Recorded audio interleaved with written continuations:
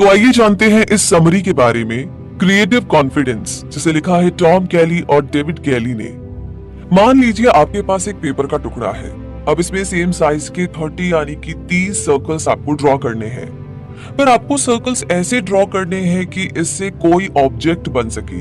कोई भी ऑब्जेक्ट हो सकता है, जैसे क्लॉक, बॉल, फिश टैंक या कोई स्टॉप का साइन, कुछ भी। आप चाहो तो 3 मिनट में जितने चाहे सर्कल्स ट्रांसफॉर्म कर सकते हो। अगर आप सारे 30 सर्कल्स को फिनिश नहीं कर पाए तो कोई बात नहीं, ज्यादातर लोग नहीं कर पाते हैं। लेकिन आपने इन सर्कल से इमेज क्या बनाई? कोई नॉर्मल सी चीज जैसे बास्केटबॉल या सॉकर बॉल, या फिर कोई फनी चीज जैसे प्लैनेट, कुकी, पिज्जा या हैप्पी फेस। तो इन 30 सर्कल से आप कोई बड़ी इमेज क्रिएट कर सकते हो, जैसे ट्रैफिक लाइट, या आप कुछ भी बना सकते हो। कोई रूल फिक्स नहीं है। इन 30 सर्कल से आप जो चाहे वो क्रिएट कर सकते हो, बना सकते हो। तो कुछ ऐसे ही एक्सपीरियंसेस आपको भी स्कूल में होते हैं, जहाँ पर आपको इस टाइप के टास्क दिए जाते हैं। डेविड कैली ने स्टैनफोर्ड यूनिवर्सिटी में इस इंस्टीट्यूट की फाउंडेशन रखी थी। अगर बिजनेस के लिए B स्कूल्स है तो डिजाइन थिंकिंग के लिए D स्कूल है। यहाँ डिफरेंट फील्ड्स के लोग आते हैं जिन्हें क्रिएटिव कॉन्फिडेंस सिखाया जाता है।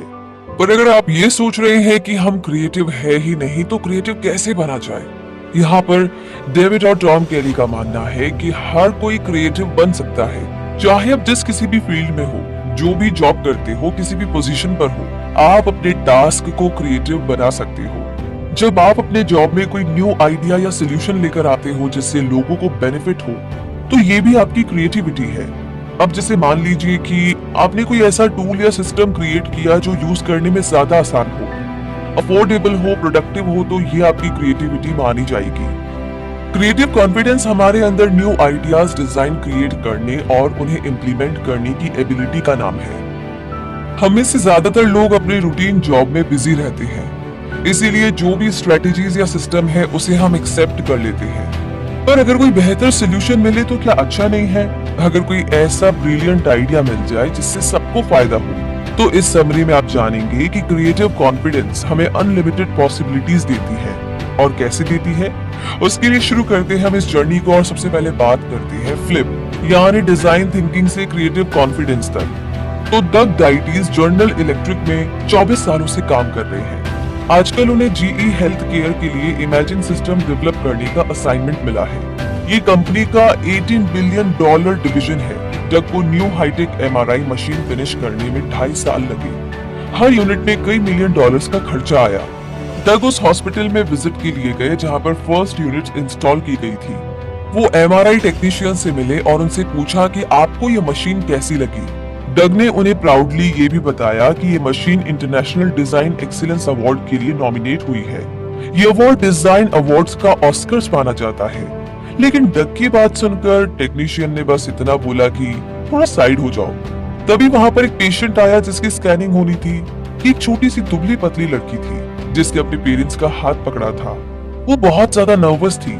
उसे स्कैनिंग करवाते हुए काफी डर लग रहा था। मशीन काफी बड़ी और मेटल से बनी हुई थी। स्कैनिंग के लिए मशीन के अंदर जाना पड़ता था। जब उस बच्ची को MRI के पास ले जाया गया तो वो रोने लगी। उसके पेरेंट्स उसे हिम्मत बंधा रहे थे, इसके बावजूद लड़की डर रही थी। इसी बीच एनेस्थीसियोलॉजिस्ट को बुलाया गया और डग को पता चला कि छोटे बच्चे मशीन को देखकर बहुत ज्यादा डर जाते हैं, इसलिए उन्हें MRI मशीन के अंदर भेजने से पहले सीडेट कर दिया जाता है। और उसी पर डग को लगा कि उनका डिजाइन फेल हो गया है। हालांकि उन्हें अपने डिजाइन पर प्राउड था, पर जिन पेशेंट्स को रियल में ये प्रोजेक्ट यूज करना था, अगर ये प्रोजेक्ट उन्हें ही पसंद ना आए तो क्या फायदा। डग इस बात से बड़े निराश हुए कि उनकी ये मशीन छोटे बच्चों को डरा रही थी। कोई और होता तो शायद ज्यादा टेंशन नहीं लेता और अपने बाकी प्रोजेक्ट में लग जाता। पर डग जानती थी कि उन्हें कुछ करना है। उन्हें उनके बॉस ने एडवाइस दी कि वो जाकर स्टैनफोर्ड की D स्कूल से कोर्स करें। ये 1 हफ्ते का कोर्स था जिसे एग्जीक्यूटिव एजुकेशन कोर्स बोला जाता है। डग इस बात को लेकर कि थोड़ा डाउट में थे कि इस कोर्स से उन्हें बेनिफिट होगा या नहीं, पर अपने बॉस की बात मानकर वो ये कोर्स करने चले गए। D स्कूल में डग ने क्रिएटिव कॉन्फिडेंस के बारे में सीखा। उन्हें ह्यूमन सेंटर्ड डिजाइन प्रोसेस के बारे में सीखने को मिला, जिसमें यूजर्स की नीड, उसके थॉट्स और फीलिंग्स को डिजाइन की नंबर 1 प्रायोरिटी माना जाता है। यानी जिन लोगों के लिए आप प्रोडक्ट बना रहे हो, आपको उनके लिए एक्चुअल में एम्पैथी होनी चाहिए। डग ने यह भी सीखा कि किसी भी इंडस्ट्री में ह्यूमन सेंटर डिजाइन काफी इंपॉर्टेंट है, क्योंकि यही वो फैक्टर है जो लोगों की जिंदगी में बदलाव ला सकता है। डग ने डिसाइड किया कि वो अब ऐसी मशीन बनाएंगे जिससे छोटे बच्चे बिल्कुल भी ना डरे। लेकिन डग ये भी जानते थे कि उन्हें एक और नई एमआरआई मशीन बनाने के लिए और फंडिंग नहीं मिल सकती। इसीलिए उन्होंने एक्सपीरियंस को रिक्रिएट करने पर फोकस किया और उसे एडवेंचर सीरीज नाम दिया। डग ने स्कैनर के अंदर कोई चेंज नहीं किया, बल्कि उसे बाहर से ट्रांसफॉर्म करने के बारे में सोचा। सिर्फ व्हाइट और मेटल के बदले डग ने एमआरआई मशीन्स को पायरेट शिप्स या स्पेसशिप की डिजाइन में पेंट करवा दिया। उन्होंने कमरे की वॉल्स और सीलिंग भी डेकोरेट करवा दी। जिस मेटल बेड पर पेशेंट्स को लेटना होता था उसे भी डेकोरेट करवा दिया। ये सारे इक्विपमेंट्स थीम का पार्ट बन गए। अब जो नई स्कैनर मशीन बनकर तैयार हुई वो बच्चों को बड़ी मजेदार लगती थी।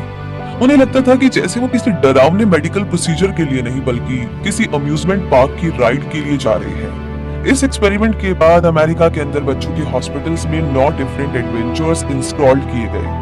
जब कोई बच्चा स्कैनर में एंटर करता है तो एमआरआई मशीन उसे एक्सप्लेन करती है कि वो चुपचाप लेटा रहे, क्योंकि वो एक समुद्री यात्रा पर जाने वाले हैं या फिर उनका स्पेसशिप टेक ऑफ करने वाला है। इसीलिए अब स्कैनिंग कराने के लिए बच्चों को सीडेट करने की जरूरत नहीं पड़ती और ना ही किसी एनेस्थीसियोलॉजिस्ट को बुलाना पड़ता है, क्योंकि ज्यादातर बच्चे खुशी खुशी मशीन के अंदर चले जाते हैं।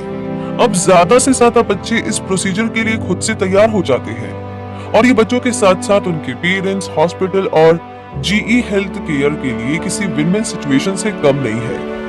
डग का सबसे हैप्पी मोमेंट वो था जब उसने सुना कि एक छोटी लड़की पूछ रही थी, क्या मैं एक और बार एमआरआई स्कैन करा सकती हूँ?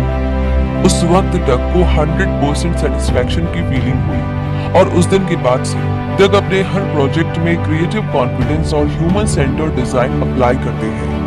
अक्सर ये होता है कि प्रोडक्ट डिजाइन करते टाइम कहीं ह्यूमन टच छूट जाता है। हम सिर्फ टेक्निकल और बिजनेस साइड पर ही फोकस करते हैं। अब जरा एक वेन डायग्राम के बारे में सोचिए, जिसमें 3 ओवरलैपिंग सर्कल्स हो, जिसमें फर्स्ट प्रैक्टिकल टेक्नोलॉजी के लिए है, सेकंड वाला सस्टेनेबल बिजनेस के लिए और थर्ड है लोगों के साथ एम्पैथी की फीलिंग के लिए। डिजाइन मेकिंग में ऑर्गेनाइजेशंस को इन तीनों फैक्टर्स के बीच बैलेंस क्रिएट करना चाहिए। एक ऐसे कॉमन स्पॉट पर हो जहां पर सारे सर्कल्स ओवरलैप हो रहे, क्योंकि एक सक्सेसफुल प्रोजेक्ट का सीक्रेट यही है।